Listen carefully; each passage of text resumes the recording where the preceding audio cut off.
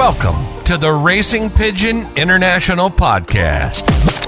We talk about everything racing pigeons, the latest news, results, events, and interviews from around the world. Welcome to Racing Pigeon International. Today I'm really pleased to be speaking to John Gladwin and John Cowlin from Formula One Lofts down here in Essex to talk to them about their phenomenal results, their history and everything that they've been doing in pigeon sport. So, welcome both. Thank you. We'll get straight into it. What was your inspiration and how did you get into the pigeon sport? Want me to start? You must start. So literally I was born into pigeons, being the third generation fancier. My granddad and then my dad and my mum actually still raced together. And literally, as I say, I was born into it. I was actually born on the Saturday of the first young bird race. My mum went into labour when the pigeons had just gone up. And she said to my dad, wait in time the young ones in first, then come up because you won't miss anything. And actually, by the time he got up to the hospital, I'd been born. So, and so they had them around me ever since. So I've never had a break from pigeons since then. So. What about you, John? For me, my granddad raced pigeons, which was Teresa's dad.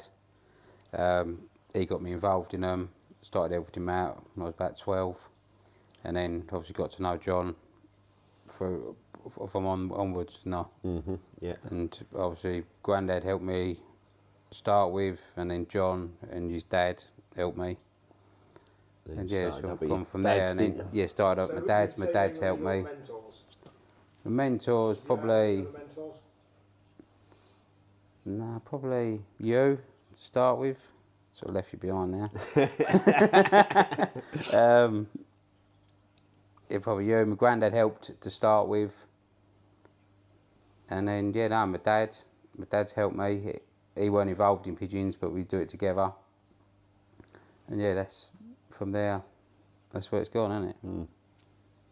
Very good. Are there any flyers anywhere in the world, current or past, that kind of inspire you, that made you want to aim to where you've got now? It's certainly locally, yeah. I mean, there was a couple of really good, it's a good few fanciers locally when I was young and growing up that kind of always thought would like to be at that level at some point at the time. So we had the likes of Johnny Nichols that literally used to live opposite, or still does opposite my mum and dad.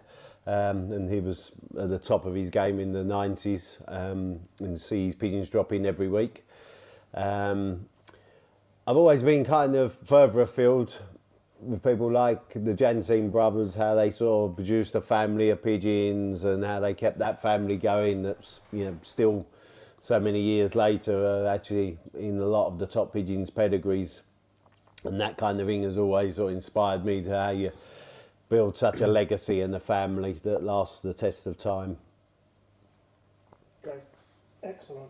Anything with you, Johnny? Yeah, for me, I think like John Buckfield locally, he's always, for me, he's an inspiration because he's done it. He does it every single year, doesn't he? Mm-hmm. He pulls out good performances. Yeah. So here's a difficult question. We're going to go straight into the difficult one. So, what's the best pigeon you've owned, both of you, either individually or what would you, if you said you could turn back the clock and own that pigeon again as an example, what would it be? And second part of the question, what do you see your future star being? Some tough ones there. It was a tough one.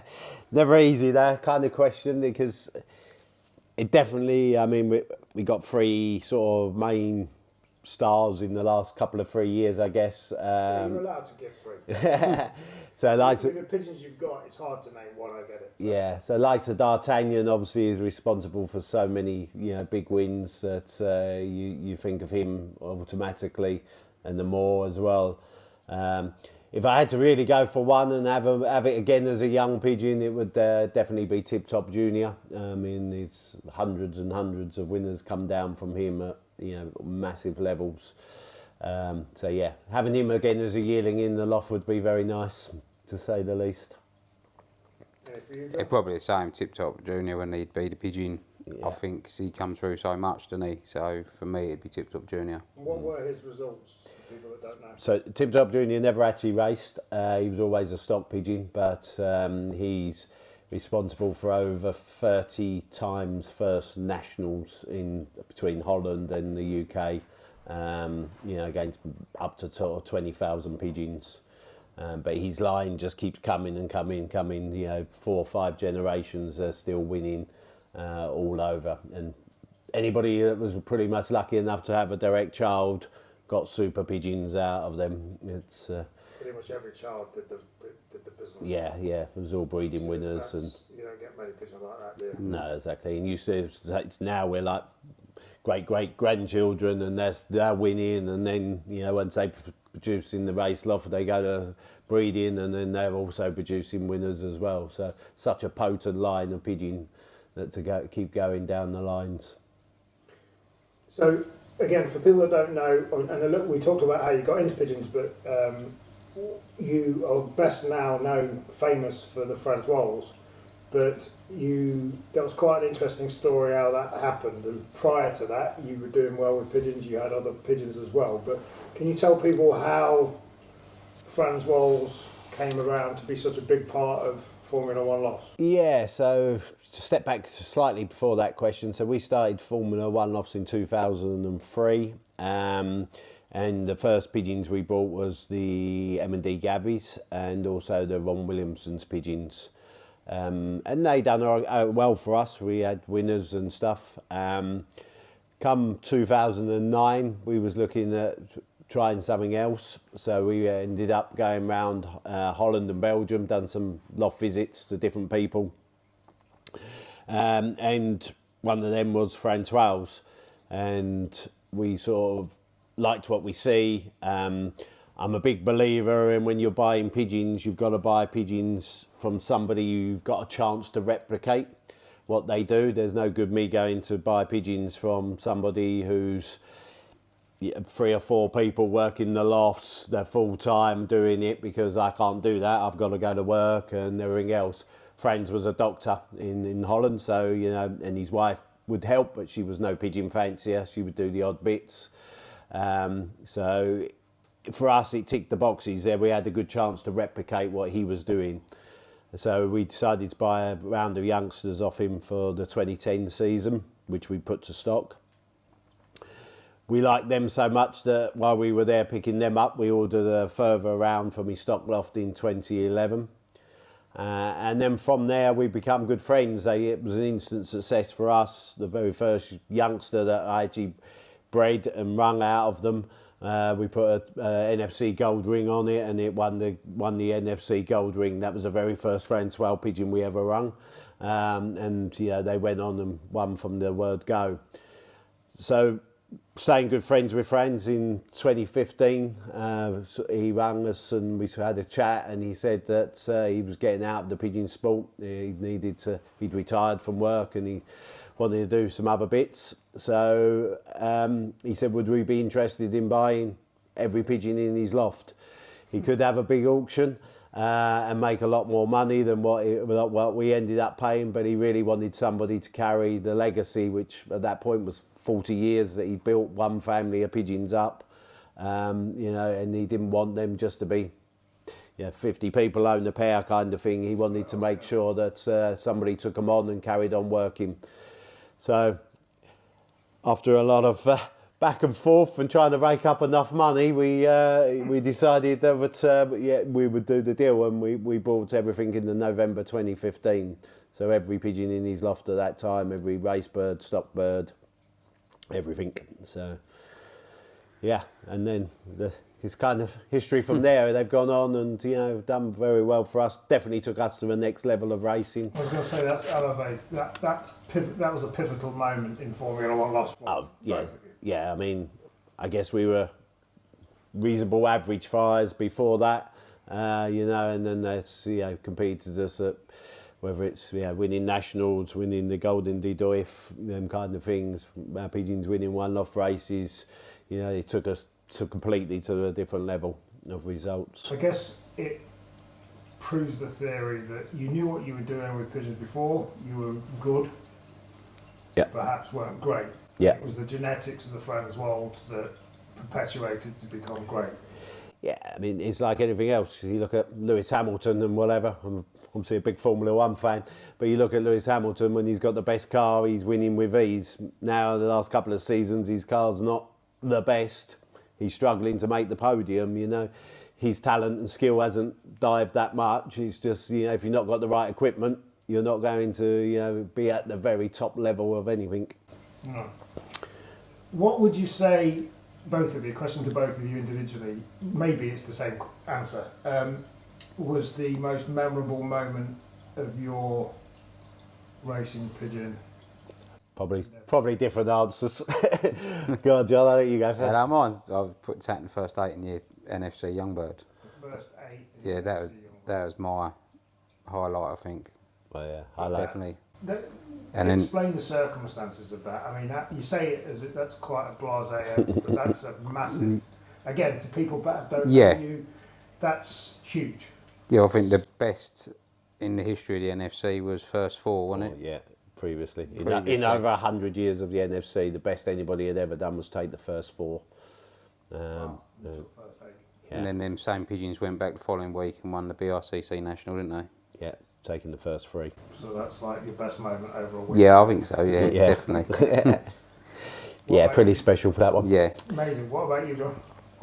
So for me, would have to be timing Tip Top Tour out of Argent when she won the national 56 international against 22,000 pigeons on the hottest day ever recorded in France, and she flew 531 miles. Must have crossed the channel very late at night, and then got up and done the last sort of 40-50 miles in the morning to be clocked quite early in the morning. So it was, for me, it was a hell of an achievement of a pigeon. I don't think anybody who was in the race actually expected to get pigeons early that morning. We were talking to people, everybody thought it'd be well after lunch before anything would get through to the UK. So, Do you remember what time came in? Roughly?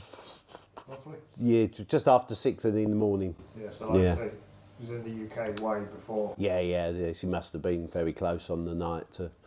Yeah, she definitely couldn't have stayed in France and crossed and got up to me. So there was seeing her drop was a bit of an experience, to say the least. Experience you never forget. Yeah, exactly. Yeah. So. Wow. What excites you in the sport? Looking forward, you've achieved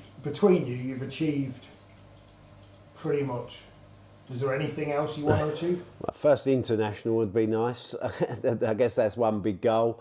Also to win the Grand National in the NFC is another goal for the future. But yeah, I mean, it's just keep being consistent, keep enjoying the racing as well. I mean, it's the minute you don't enjoy it, then it's not the sport for you, is it? It's we like to do well, but we also like the camaraderie of the club that we're in. Socialising. You're in a hotbed down here. I mean, we were talking earlier before we started filming. You're competing against top people down here. Yeah. This is, again, for people that don't know, this is a hotbed down here. You're competing some big names. Yeah, exactly. Experienced fanciers. Yeah, some really top fanciers. From everything from sprinting to middle distance to long distance, people were here. I think 1 year alone in our club there was 7 national wins in our club in one season between us. It's very competitive even just to win at club level, let alone anything beyond that. So just on club level, it's a hotbed of names that everybody in the UK knows. Exactly, yeah. So Wow. So you've got to keep on your toes, and but I'd say also enjoy it. We're very lucky in that the club is a very good club. We socialise together regularly. During the season, out the season, go to the national presentations and the like together, or the shows. So the camaraderie is there. Exactly. Which in a lot of places is not as much because the clubs are just not as big. But down here, you've got still big club sizes, decent member sizes. Mm-hmm. So there is that big thing. Exactly. You see some of the presentation nights on social media; they're amazing nights. Yeah, and I think also when yeah, when it is difficult clubs, everybody appreciates whoever wins it. You know, they know that they've worked hard and they've got a good pigeon to win it. It's not dominated. I mean, our club highest prize winner will often, at club level, will often have somewhere between 4 to 6 firsts a season. You know, it's so everybody's in the mix. You know, it's you don't get any of that resentment or jealousy or things like that you get maybe in some other clubs where someone wins 19 firsts a year. All about. I saw a video. I've mentioned this before on video. I saw a video that somebody posted from a Mexican pigeon race, and people were jumping up and down, shouting. In a lovely way, because one of their guys had won. Yeah. And it was lovely to see. Yeah. And you get that more down here because people know you work damn hard for it. Exactly. When anyone wins a national here and the result comes out and they walk into the club, everybody stands and claps them and whatever. And you know, we normally have a very late night in the bar that when anyone wins a national. Somebody else had a late night last night. Yes. Have you noticed yet?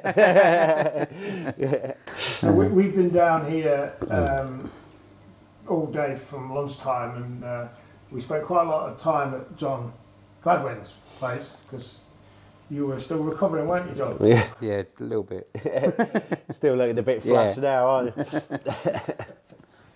Going back to the Frans Zwols, what I like about them, and I'll be honest with you, I mean, I've known about you guys for a long time. I've known about the Frans Zwols. There's actually my son Zandy, who's sitting outside a shop, but who's been banging on to John Gladwin about these pigeons and me for quite a while now. What I like about them is, well, from handling all the top pigeons today, they're steady as anything. They're super intelligent, they're switched on. But what I really like about them is that they genuinely can do anything up to 550 miles. You'll have them scoring as young birds at 70 miles, even going into older birds, but the versatility of them. There's not many pigeons around. Like, I know you've said that the history of the Frans Zwols was Janssens and them. I mean, they, for me, back 30 years ago, were a versatile pigeon. So it probably tells you a lot. But that's the versatility of these pigeons. You can fly them way before the channel. They'll hit the channel. You were saying earlier that the longest you've had them scoring out of was 530? 580. They were second national Narbonne, 581 miles, yeah. Which is amazing, isn't it? That versatility of them.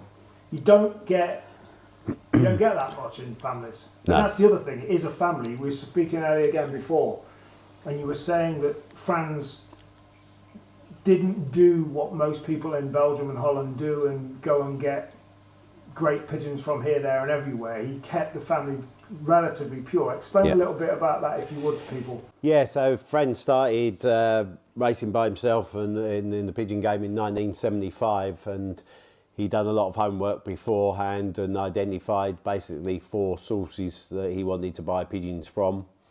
And he basically brought from them 4 lofts, and he moulded them and crossed them in to make his own family. And all the way up until 2015, when he packed up, he added very little into them original pigeons.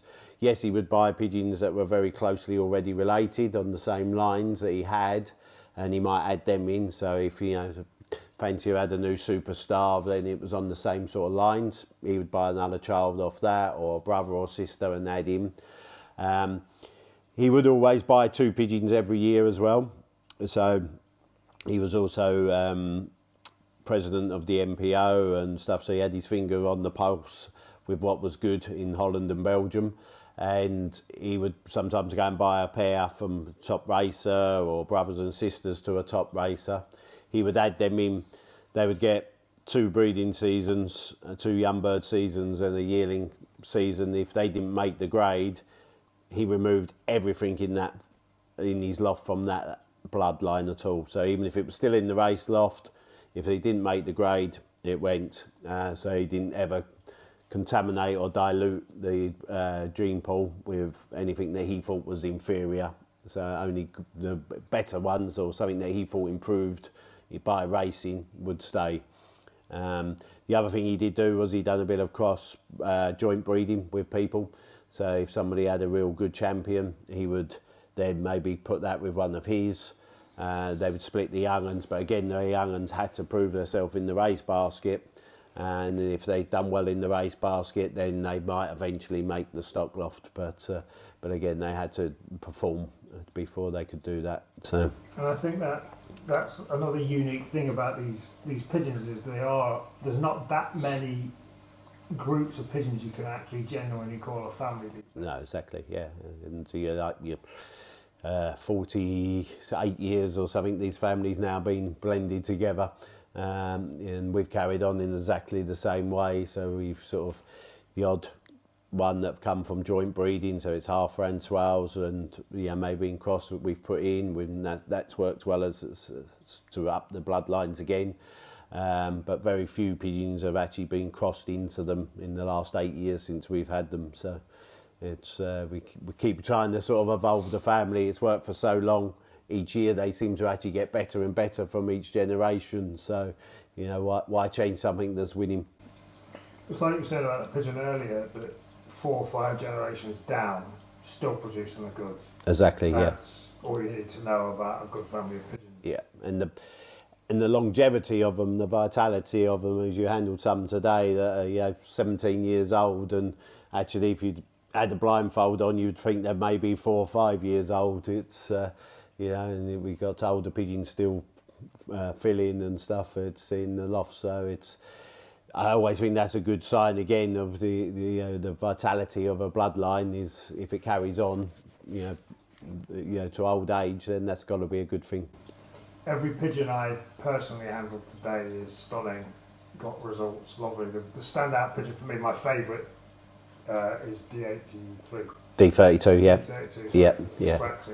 D32, yeah, that's the standout pigeon that and you were telling about the history of that and the offspring, handled its offspring as well. I mean, what a pigeon.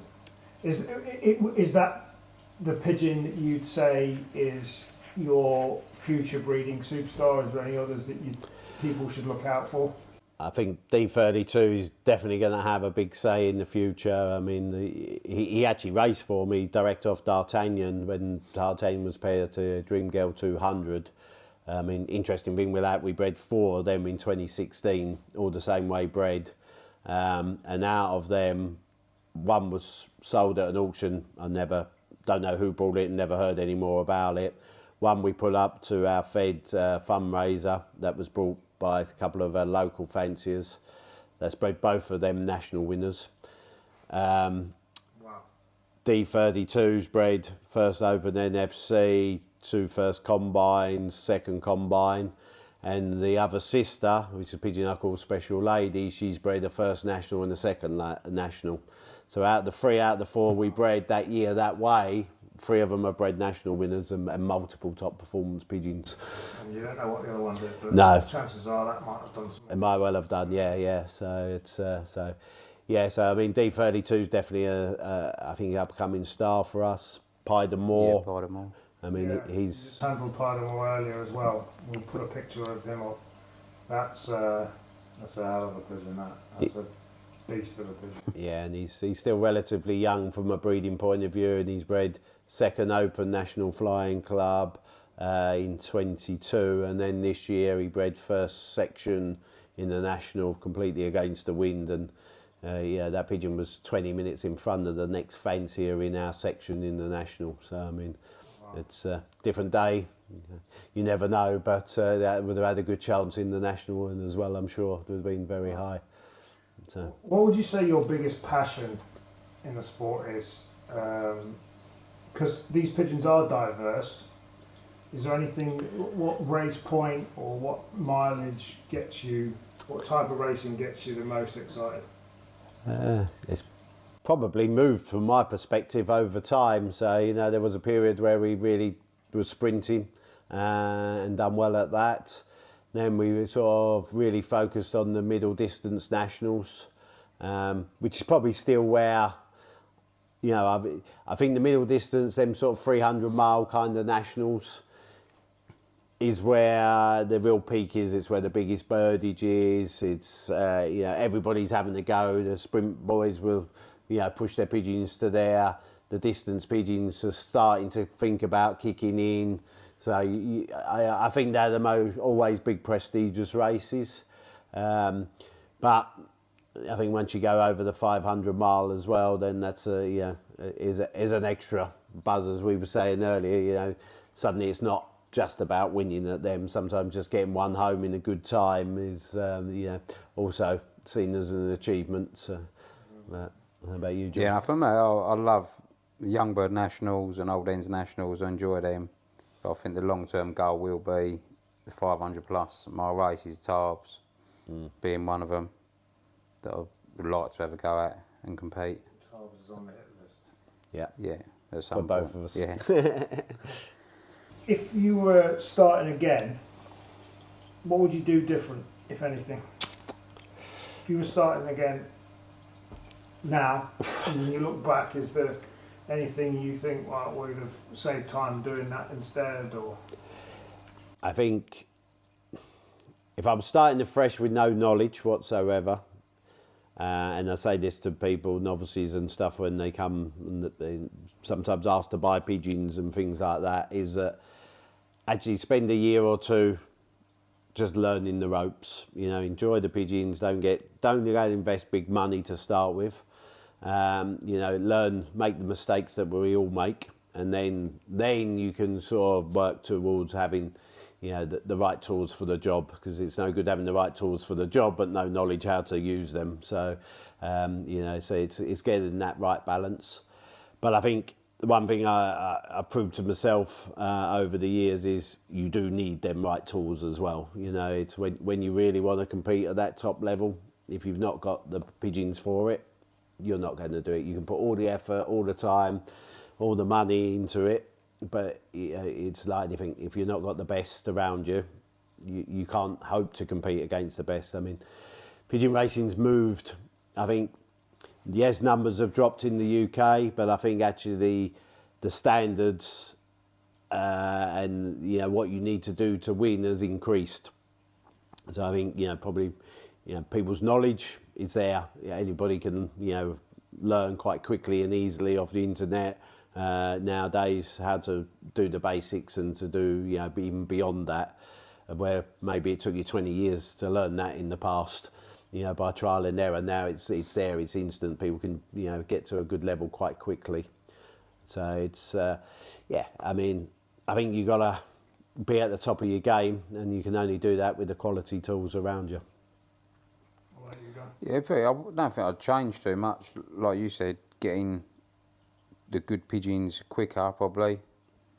But again, that's just learning, isn't it? You've got to make them mistakes to improve. The right time. Yes, I don't think I'd ever. Probably, if I started again, I'd go and get the best pigeons I could get straight away. Whereas when you start, you have a few pigeons here, a few pigeons there for people to help you.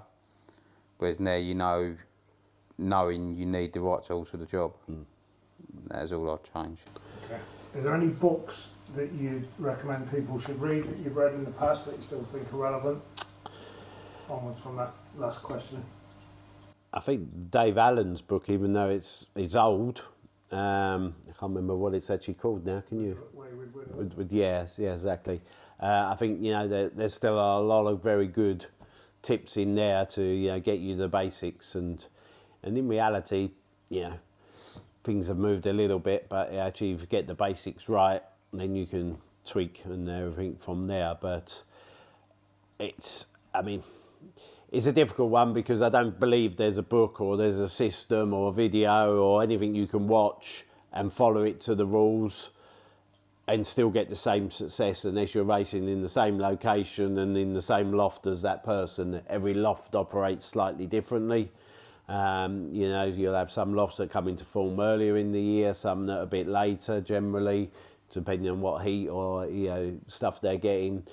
And even every season, I know people that write meticulous notes, and then they have a great season. They say, right, I'm going to do the same again, and they follow that pattern, but don't do so well at all the following year, because maybe that year's it's all headwinds, or it's a lot colder, or so actually what you done last year is not applicable. I mean, even what you done last week is often not applicable, as the seasons change. I've said my personal opinion with, it could be most sports related to livestock or horses, but with pigeons, it's genetics at the key. Got to have the right stuff, like you said, to start. Management, you got to know what you're doing, but then there's also that third element of conditions, whether that be liberation conditions, winds, birds of prey. There's that element that is out of your control. So like you just said, one year it can be working great and then the exact same thing. So there's that, some would say it's luck or conditions. Yeah, but what you've got to do in the pigeon game is, yes, you have 20 odd races a season, but they're not all going to be in your favour. The trick is being ready when it is your day, when you've got a chance, isn't it? It's, be having them pigeons just there for that day at the top of their form. So it's, so you make your own luck to a degree. I think if you've got them a high level to start with, then you've got your chance, haven't you? Yeah. If they're already up there, and I think with lofts and lights and everything, if you keep them pigeons at a high level, even if it ain't against you, your level only comes down so far, doesn't it? Yeah. And with regards to the regime that you keep your racing pigeons on, is there any tips you can give away of how you feed and treat them? And we were talking earlier, more or less, John used the chaos system, as you call it. Yeah. Is there anything you want to share there? Yeah, I mean, I use that just for ease and quickness, really. So especially on a Friday, I just literally don't have the time to be, getting hens, shutting them in boxes and the cocks, or even for a national on a Thursday morning, because I've got to get them basketed and ready before I go to work. So I tend to, they're separated, different sections, the hens and the cocks, and I just open the sliding doors just before I basket. They all run together, pick their mates, and more often than not, obviously they go back to their previous mate, but if you've lost a hen or a cock, they'll soon pair up again to something else. And exactly the same on the Saturday, they drop into the loft. They go wherever they want within the whole loft, and they can pick a mate, pair up, take a box, whatever they want to do, wherever they want to do it. For me, that works, and I think it gives a bit of motivation as well, because if a cock's late, his hen might have gone off with somebody else, or another cock's eyeing up his box already. So sometimes that will also help actually for the following week's motivation. But I think the best tip is, and as said, we was discussing this earlier, is you've got to be very adaptable in pigeons. I think these days is that there isn't I feed an ounce a day or an ounce and a quarter a day, because every day's different. Start the season when it's often very cold, pigeons need a little bit more just to maintain themselves. If you're pushing early training, to get that early fitness into them, they definitely need a bit more food. As I said to you earlier, I always kind of think of it as a full tank of petrol. If I'm just popping to the shop, I don't need a full tank of petrol. If I'm driving, 500 miles, I need a full tank of petrol before I leave. And it's the same with the pigeons. What you've put in is their fuel. So, you've got to think what's happened before. Well, how much did you take out in the previous journey? And how much are you likely to take out on the journey that's coming, i.e. the next race? Cool. Anything from you, John, on that? No, I think obviously feeding wise, I think they're saying like if you're going to train hard, you obviously feed hard, but even like I race more traditional widowhood, so I would have food in front of them pretty much all the time, so they fly well around home and still get their fitness.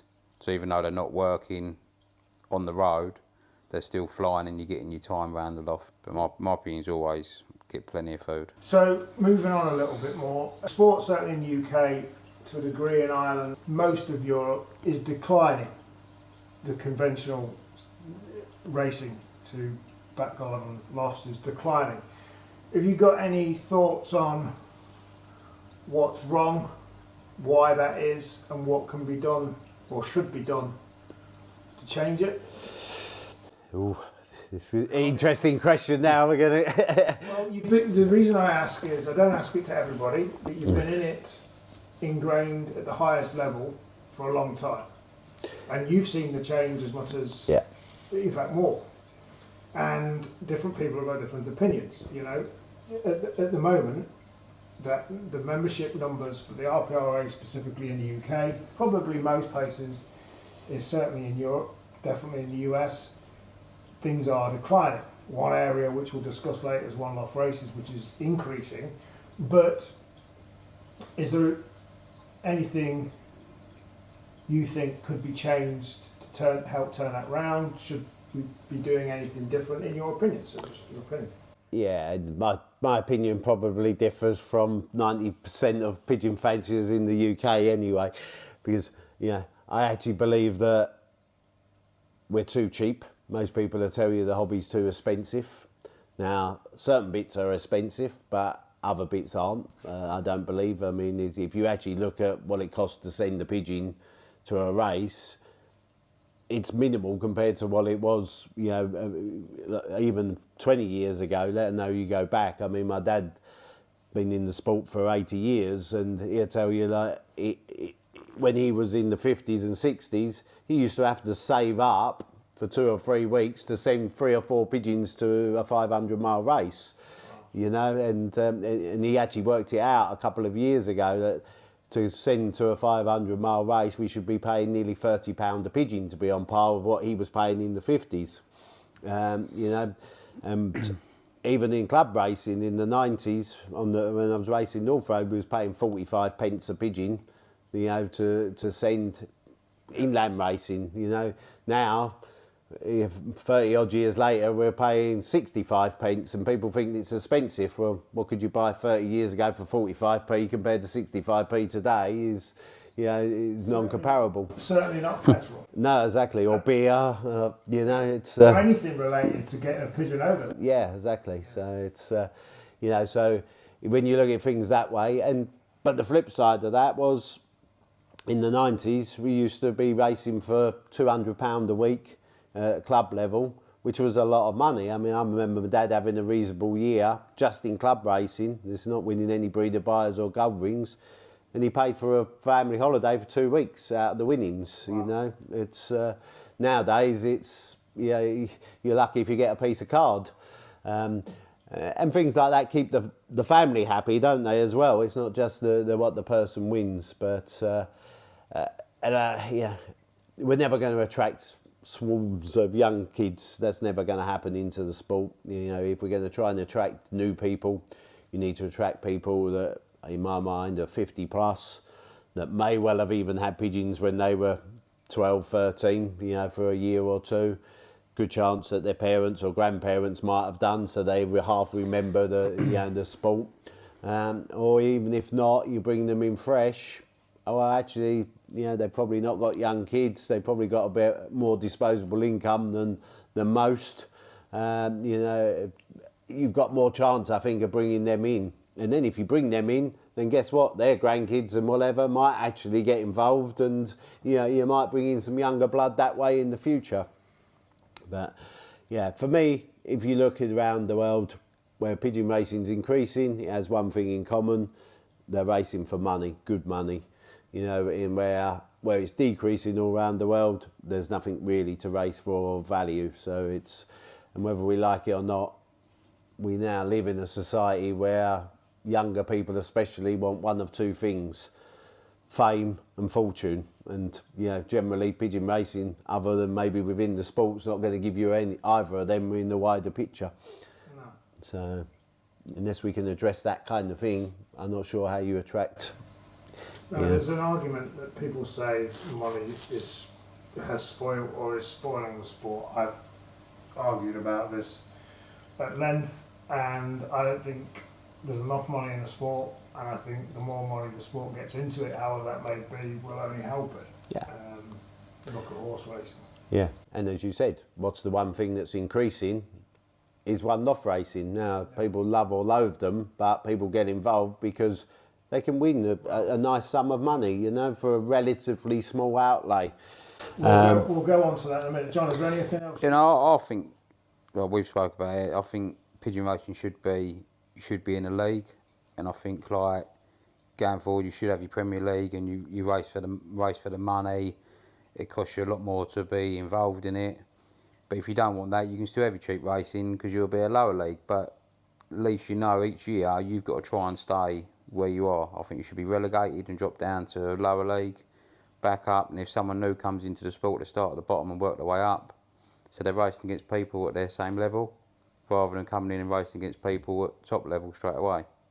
Yeah, well, and from a new start's point of view, it's pretty soul destroying to go into a club and get smashed by people who've been doing it for 30 years. Of course, yeah. And that's no incentive to anybody. If you, certainly, again, speaking from Zandy's point of view, being 19 years old, if he could start in League 4, his first goal would be to get to 3, ultimately to get to the Premier League. Yeah. But that's something to work to. And as well, it works the other way around. Like you say, you've got to keep working to stay in that league. Exactly. I don't know why it's not done, but I've talked about leagues myself, and you're right, John. Leagues should be implemented. If somebody new coming into your club now, you've got a tall order to compete within the first few years. If you've got the right pigeons, if you've got everything in place to be able to do it. It's just that experience to be able to do it. Exactly, and in fact I actually advise people sometimes to, when they do come in new, go and join a slightly different club within our Fed, you know, learn the ropes and then come in a couple of years' time, you know, it's, you know, just because it is soul destroying. That's kind of a league system we were talking about. Yeah. Kind of, in a way, you go into a lesser competitive club to start. Yeah. That's exactly what a league is, really. Yeah, exactly, yeah. But also it does then potentially foster the idea of actually being a bit more money, people paying more to send a bird, because you're only competing against people who are your own level. I mean, it's like, you know, setting up a new Sunday League football team and having to go and play Man United, you know, oh, and by the way, you've all got to pay £1,000. You know, you might do it once just to do it, but you're not going to keep paying £1,000 and knowing that you're going to get beat. Yeah, you know, it's, you know, but if you're actually flying against people of your level, then it will go round, and everybody then be happy to pay a bit more because, you know, it creates a fair competition. Exactly, yeah. To be able to move up. I agree completely. Yeah. So we touched on it briefly. One-off races. Mm-hmm. I've said again, I think it's the future of the sport. Yes, national specialist races are still going to continue, but I think in the bigger picture, not talking about any one particular flyer as such from an individual's point of view, but in the bigger picture of the sport, conventional flying is going down in numbers, and one-off racing is going up. And like you said earlier, that is not just the money. There's other reasons for it, but money is a big factor there. The other reasons would be, we were in the Algarve, I know you normally guys go down, you can take your family there, it's a holiday, it's an enjoyable few days. So there's other reasons other than just the money. What are your thoughts generally on one-off racing? Obviously, you've achieved, apart from maybe international Tarbs win or whatever you may want to be focusing on there long term, within the UK, within national racing, you can't really look to achieve much more than perhaps an international win. What are your thoughts on one-off races generally? I think they're good. I think they need to be well run, well regulated. Unfortunately, you see some horror stories at times. Yeah. But I think even they need to maybe move in a slightly different direction. It's you know, it's fine in one way, it's what we have, but how can we use that to attract other people into, you know, maybe even people that are not pigeon fanciers? Yeah. You know, there's lots of good ways, I think, to be able to do that, and one-off races is probably the key. We were talking about this earlier. We were talking about syndicates, the ability to be able to get people in that are not in anything to do with pigeons can get involved in a syndicate for loan money. You can go and own part of the racehorse for as little as £50 now. And also what came up, which you mentioned, was one-off races don't have to be thousands of pigeons, big prize money. You said you could get a young bird team flying in normal club fed racing, and people can get involved in that as a mini one-off race. Yeah, exactly. So they don't have to be necessarily the big things. Well, you've got to cater for different people, haven't you? Yeah. You know, actually, if you go back to the RPRA with the schools kind of thing, well, actually, if you said, you know, class of 30 kids or whatever, or a year group that may have 70 kids in over that year, if everyone put £1 in, you know, they could follow it on the benzene live and everything else in their club, in their class, in their school, kind of make it a bit of a school project, and actually the winning kid could, you know, win £75 or whatever you wanted to do it, or you split it. You know, it doesn't need to be big money, but it's just a bit of interest, and yeah, they could be followed.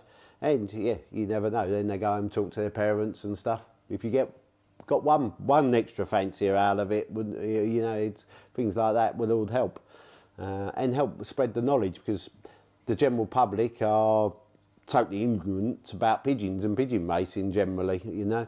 But most of them are actually interested. You go out, open your car, get your basket out.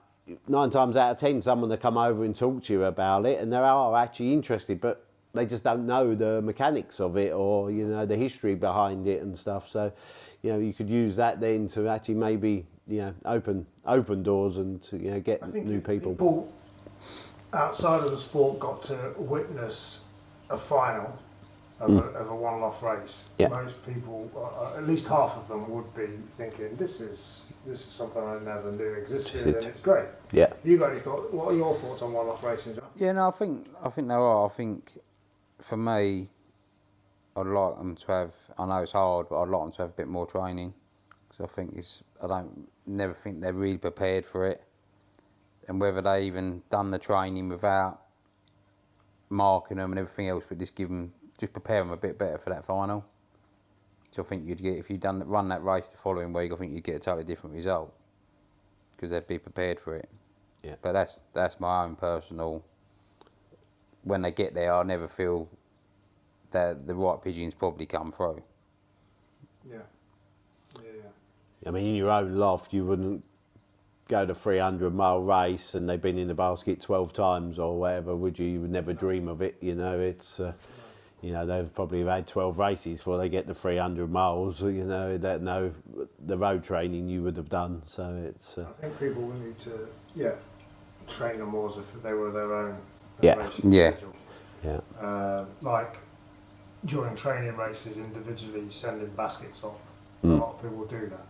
Yeah. Why would you send a bulk up of however many hundred if you wouldn't do that if they were your own back garden? And especially when you're letting them go from 5 miles or wherever, where they're likely to then get their head down and they've gone over, you know, before they've realised they're like kids, aren't they? You know, suddenly chuck them in a pack and they're excitable and they're all running together, and it's exactly the same with the pigeons. They're only young, they're learning. That's why you're only at 2 or 5 miles with them, you know. Actually let them go much smaller, they're a bit more steady. What successes, I personally, I said this to you earlier, I'd like to see these Zwols pigeons, your pigeons, smashing one-off races. I think they're the type of pigeon to do it, the versatile as we discussed. You've had some results in one-off races? Yeah, it's, our bloodlines and that have done well. We've it was our bloodlines that won the British Masters a couple of years ago, £30,000 I believe the first prize was on that. We've won hot spots in Ireland, we've done well in Portugal at different times, but we've never actually really competed that much ourselves in there. You know, there's, when you look through a lot of the results, especially in the UK one-off races, our pigeons are often in there and, you know, doing well. You know, we've had ace birds reported back from bred off a pair of ours and things like that. But us personally, we've always maximum of one loft race with one team a year, haven't we? Yeah. You know. Yeah, you've been focusing on your own. Yeah, exactly. But you say the blood there in it is doing it, and you know. After experiencing these close up, looking at the results, looking at the versatility of them, I'm a big passionate fan of one-off races. I think it's going to change the sport. And like we've discussed, bring more new people in. It's only going to get bigger and better. Yes, it does need some control elements into it and what have you. But after seeing them today, I think these pigeons could smash one-off races. I really do, because they're that versatile. Again, in the UK, even within the UK, different locations require different types of pigeons. But your pigeons have done it, and then you start going overseas in hot climates. You know, maybe they're not quite as tested at that, but they're versatile enough that where they can do it. They're hard pigeons, and I just want to see. I want to see these Frans Zwols competing at more one-off races, because I think they could really light things up. I do. Interesting. So, towards the end, so what does the future hold? Apart from you're going for international, that's your one big goal. Yeah. You, I know, due to your personal circumstances, you're reducing numbers, make it more manageable, and what have you. But what do you see the future holds? Is there anything other than carrying on doing what you're doing and keep winning what you're doing? Yeah, I mean, I think it's like everything else. It's why it's not broken, don't fix it, to a degree. You know, it's unfortunately we got to cut down a little bit, as you said. We're going to close a couple of our stock lofts because we're just getting a bit too much there. I haven't quite got the same help I had from Teresa. She's not been very well, so we've got to cut down a bit. But yeah, you know, sometimes less is more as well. Sometimes having the less leaves you the time to focus on what you have got. So, you know, I'm not sure that would be a bad thing in the long run. So, yeah, we will see. But while it's working, we'll keep going. If we have 2 or 3 lean years and it's not going very well, then we'll look to fix it. But also the fact of the family you've got, there's no bad pigeons there. So it's not like you're reducing to get rid of stuff you don't want. It's purely personal time and help. Yeah. You know, so that's, if anything's going to make it easier for you, it's going to make you be able to concentrate on keeping that momentum going with, albeit. Exactly. I mean, first and foremost, we've always been about the racing, the breeding side, and the Formula One is very much a secondary. So we had a choice really of either cut down the race birds and concentrate on just a sex part of racing, or cut down the stock bird. So it is a no-brainer. We're going to cut down the stock bird, so we do our first love, which is definitely the racing side. So it's a racing outfit. 100%. Yeah. You were saying earlier as well that kind of Formula One Lofts kind of just happened. Yeah. Wasn't really a plan. None of this was really a plan. Far from just explain how it. You never said, right, we're going to do this. It kind of just, how did it just, obviously we talked about getting those Zwols in. Yeah. How did it happen? Well, so back in 2003, what was you, 16? Yeah, 16, 17. Yeah. So, and was just starting work. I had a youngish family at the time, and mortgage and whatever to pay. But that's when we knew you needed good pigeons to do well, and we couldn't afford to, keep buying good pigeons constantly. So we said, okay, we'll both put a bit of money in. We'll start Formula One Lofts. We've never ever raced together, ever at all. So we just own the stock birds. We've always raced completely separately at different locations. So we thought we'd buy the stock birds together. Is that by design? Yeah, we wouldn't be able to race together. No. We have different views and different goals and whatever. So I think we'd end up clashing with that side. So it was always race completely separate, but own the stock birds together. So we done that, and that was where Formula One was born. We bought some pigeons in to start with, as I said earlier, from Gabby van der Beele's, from M&D Evans, and some Ron Williamson pigeons. And the idea was that we sold a few youngsters, out of them. That helped us to put some money back in the pot. And if and when other pigeons come up that we wanted to buy, we would use that money to reinvest. And and we didn't even use it for racing fees, birdage, or feeding them. It was literally every penny we took has always gone back in the pot. So when anything else comes up that took our eye, we could afford to, buy it. And it just kind of grew from there. The success with the pigeons we sold kind of demanded more and more, attention to it, and more and more people was interested, more and more people want to do loft visits, wanted to buy pigeons, and it kind of snowballed. I mean, we've never been really big at advertising or pushing the pigeons at all, really. And in fact, I'm probably the other way. Sometimes people leave me messages. I've tried to ring you 5 times to buy a pigeon, and I've not got through to you, and whatever. It's the big thing is this is not your main. Formula One's not your main. It's not business in any way. It's exactly. It's a hobby that you sell pigeons to sustain building and keeping going. You've both got all the stuff going on, and you this is an addition. This is not exactly. It's I have a full-time job and everything else as well, which is quite demanding and sends me all around the world at different times. John started up his own business, and all the responsibilities that come with that as well. So it's pigeon racing has to fit in around that. And as we said, the racing is our main goal. So then the Formula One is the next add-on, if you like, from there. So it's like 4th or 5th in the pecking order, if you like, of what has to come first. And that's what I like about it. It's the racing's the key, and the results speak for themselves. Right, so thank you for this, guys. It's been, I hope people, I'm sure they will have enjoyed it. It's unique to me. The takeaways from today after seeing the pigeons is it is such a unique family. It is a proper family. Yeah. No such thing as a pure pigeon, but these are about as consistently one strain as you can get, really. As I said to you, once you've handled 3 or 4, you've pretty much handled them all. They're very. To a degree, certainly they've got similar heads and that. There's some different sizes. Yeah, yes. But they are very samey in a very good way. Yeah. So your website is formula1lofts.com. Yeah. So people can go there and find out more about you. They can see your results and everything on the internet and on Facebook. So go to formula1lofts.com to have a look more about the history and the pigeons and everything. And I wish you all luck for the next phase, which sounds like it'll be internationals. Well, we can hope.